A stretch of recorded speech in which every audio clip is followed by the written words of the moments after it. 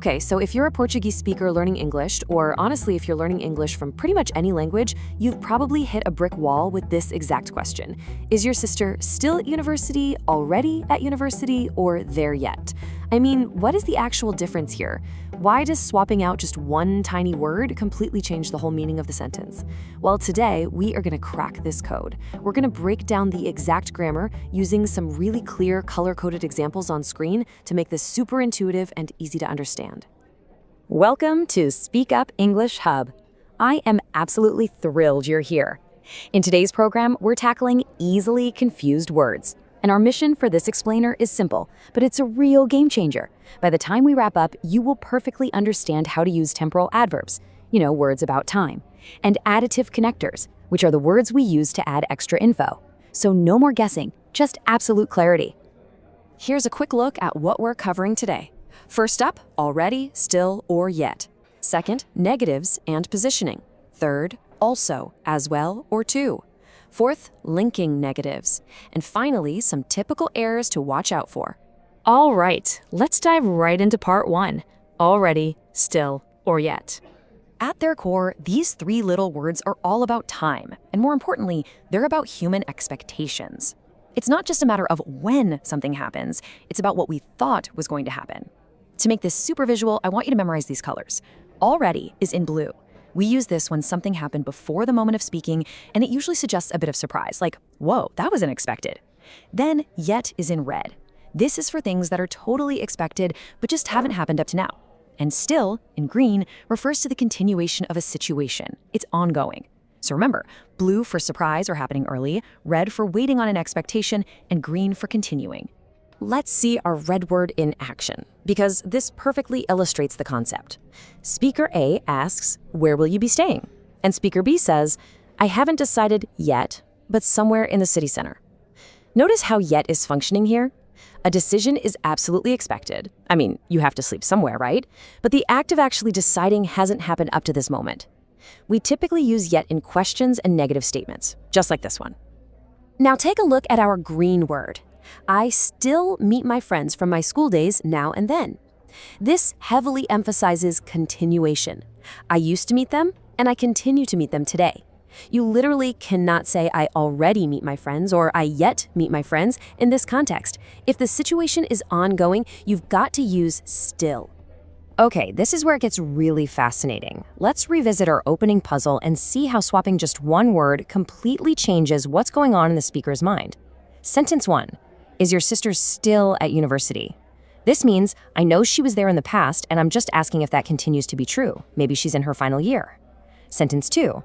Is your sister at university yet? Here, I fully expect her to go. Maybe she's 17, planning to go next year, and I'm just checking in to see if she's there now.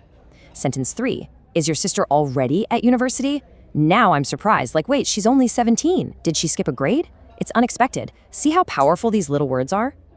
Moving on to part 2. Negatives and positioning. So we know what these words mean now, but where on earth do we put them in a sentence, especially when we want to say no? Let's look at how this grammatical architecture is built. Notice the positioning here. We usually tuck still right after the subject, but before the verb. She still hasn't arrived. But look at yet. We generally stick yet all the way at the very end, after the main verb. She hasn't arrived yet. They're both describing a situation where someone is late, but structurally, totally different. Let's dig a little deeper into the vibe of the negative still. Read this one with me. I still haven't found my passport. I know it's here somewhere. When we use a negative with still, we're really implying that a situation should have changed by now, but it hasn't. I've been looking for ages. You can definitely hear a real sense of frustration in that sentence. So just to recap that point, negatives with yet just means something hasn't happened, while negatives with still bring in that element of frustration. But what about already? Using already in a negative is actually pretty rare. We save it specifically for things that absolutely should have happened before a certain cutoff point. For instance, if you haven't already registered, it's £75 for late registration. The expectation there was clear. Registration definitely should have been handled before now. All right, on to part 3. Also, as well, or to.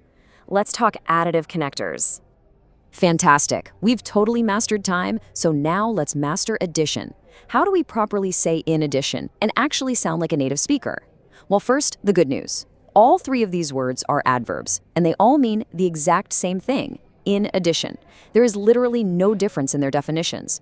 The secret to sounding completely natural is entirely about where you place them in the sentence and knowing which ones are better for writing versus speaking. Let's kick things off with also.